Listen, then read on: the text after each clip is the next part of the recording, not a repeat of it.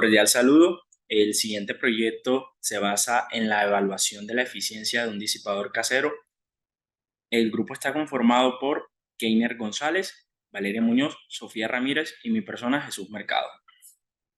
La propuesta de este proyecto se basa en un disipador casero y aire acondicionado. Consiste en la creación de un prototipo que utilice las celdas Peltier para la climatización de lugares cerrados. Las celdas Peltier se basan en el uso de una corriente que se hace pasar por dos conductores o semiconductores unidos por juntas Peltier, lo que provoca una transferencia de calor de una junta a la otra, y esto hace que se enfríe y la otra se caliente. Los objetivos de este proyecto se basan en principalmente utilizar los efectos termoeléctricos para la creación de un sistema de climatización sin tener altos costos económicos. En segundo lugar, aprovechar la diferencia de potencial eléctrico para la obtención de una diferencia térmica con el fin de que se produzca la refrigeración térmica. Y por último, la evaluación de la eficiencia de este disipador casero. Bueno, principalmente hay que tener en cuenta que los sistemas de climatización son dispositivos mecánicos que son capaces de modificar la temperatura, la humedad y la circulación y pureza del aire para establecer un confort térmico. En especial, esto se basa simplemente de un conjunto disipador-Peltier-disipador, y es necesario que ambas caras de la celda Peltier hagan buen contacto con las superficies de los disipadores. Así que utilizaremos pasta térmica y se aprieta demasiado. Además, como los disipadores son un poco más grandes que las celdas, se rellenan estas zonas con material aislante. Y aquí se puede utilizar cualquier tipo de material que no sea conductor térmico. Para la parte de los materiales, pues lo más importante son los disipadores de calor. Estos fueron hechos pues con perfiles de aluminio en C y pegados con pasta térmica. Pues necesitamos lógicamente también la pasta térmica, las celdas de Peltier, en este caso utilizamos 6. Los ventiladores, la fuente de alimentación, que en este caso es de 220 voltios. Las termocuplas, en este caso utilizamos pues nada más 3 termocuplas. El medidor de velocidad, que es un anemómetro, que sirve para calcular la velocidad de flujo como el aire. Y un calibrador. Para la construcción del sistema de refrigeración a base de celdas Peltier se utilizaron los materiales mencionados anteriormente. Asimismo, el primer paso fue la construcción de los disipadores a partir de perfiles de aluminio en forma de C.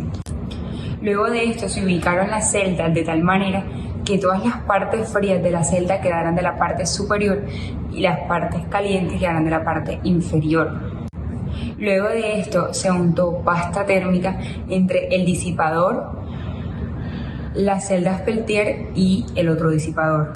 Y finalmente se pusieron los dos ventiladores, uno en la parte superior y otro en la parte inferior, de tal manera que echara aire y extrayera el calor. Debido a que nuestro sistema de climatización está basado en celdas Peltier, es pertinente saber quién fue Jean-Charles Peltier. Este fue un científico francés que llevó a la realidad lo que en su momento se conocía como el efecto Thomson, tanto positivo como negativo. Este principio exponía que en un circuito eléctrico compuesto por un semiconductor o un conductor se podría llegar a una generación de calor mediante un flujo eléctrico dado, y que si este flujo eléctrico se invertía, se conseguía el efecto contrario, que sería absorción de calor en este material, ya sea conductor o semiconductor. Jean-Charles Peltier llevó esto a la realidad, creando así lo que hoy se conoce como celdas Peltier. Esto se compone básicamente de dos placas cerámicas y unos semiconductores que al ser inyectados, por así decirlo, por una corriente eléctrica, se genera de un lado de la placa una superficie caliente y del otro lado de la placa una superficie fría. Esto en sí lo que hace es generar calor y frío al mismo tiempo, dependiendo de la superficie que se tenga en cuenta. Esto simplemente con eh, con la energía eléctrica. Esto es muy importante debido a que se pueden crear sistemas de climatización sin necesidad de refrigerantes o de algún fluido para ya sea aumentar la temperatura o disminuir esto. Simplemente con la energía eléctrica se puede llevar a una generación o una absorción de calor. Bueno, ahora para evaluar la eficiencia de la aleta, nosotros modelamos este conjunto de aletas, que es un disipador, como si fueran un conjunto de pequeñas aletas rectangulares. Como se puede ver de esta fórmula sacada del libro de transferencia de calor de Sein, la eficiencia de la aleta se puede calcular con la tangente del coeficiente convectivo por un factor que se llama L por M sobre M por LC. ¿Qué pasa? Que el M, como podemos ver en las fórmulas de la izquierda de la pantalla, se calcula con propiedades propias del fluido, como son el coeficiente convectivo y el K. Y la longitud característica pues depende de las dimensiones de las aletas, como es el L, que básicamente es, digamos que la altura de la aleta, y T, que es el espesor de la aleta.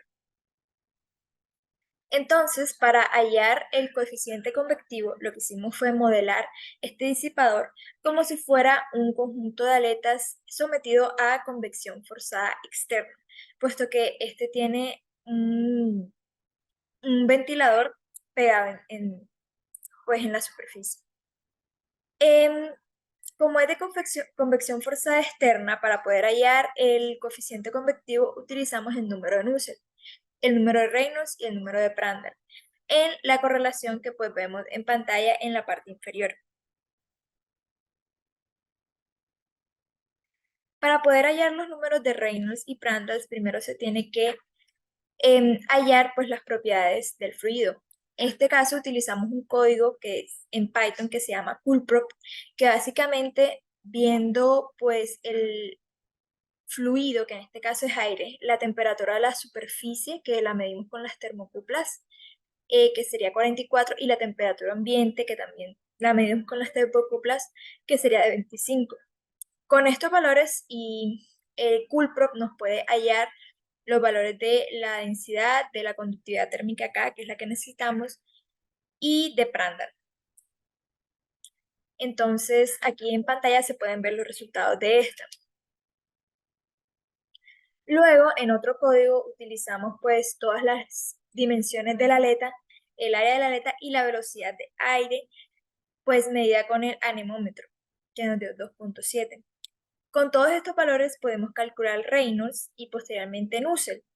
El Nusselt, para aclarar, se cogió como si fuera un fluido laminar, no turbulento. Un fluido laminar es con un Reynolds pues menor a 10 a la 5.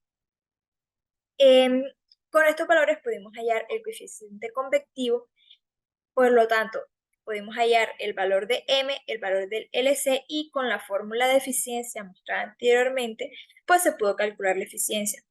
Para nuestro caso, el coeficiente convectivo dio de 22, lo cual es algo bastante lógico, debido a que se trata de un ventilador de convección forzada externa donde los valores de el coeficiente convectivo usualmente van pues de 20 a 300, y como aquí la velocidad pues no es tan alta, es lógico que dé un coeficiente convectivo de 22 watts sobre metro cuadrado Kelvin, y la eficiencia de esta aleta nos dio de 47%, es decir, em, la eficiencia de la aleta pues no es tan eficiente, no supera el 50%, sin embargo, para hacer un disipador casero está más que bien. Y eso sería pues la manera de calcular la eficiencia de la aleta. Del proyecto presentado anteriormente, se puede concluir que el conjunto de aletas representados como disipadores tiene una eficiencia del 47%. Esto se puede deber a diferentes factores, como lo son la manera en la que están pegados los perfiles de aluminio, o como también a la pasta térmica o a la corriente de aire dispersa.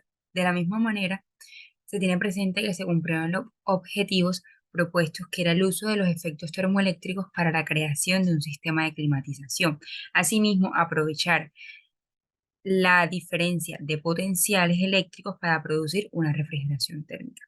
Finalmente, se sugiere cortar los perfiles de una manera más precisa, ya que esto puede haber afectado la eficiencia de la aleta, así como también verificar la calibración de los equipos para la toma de datos de las temperaturas.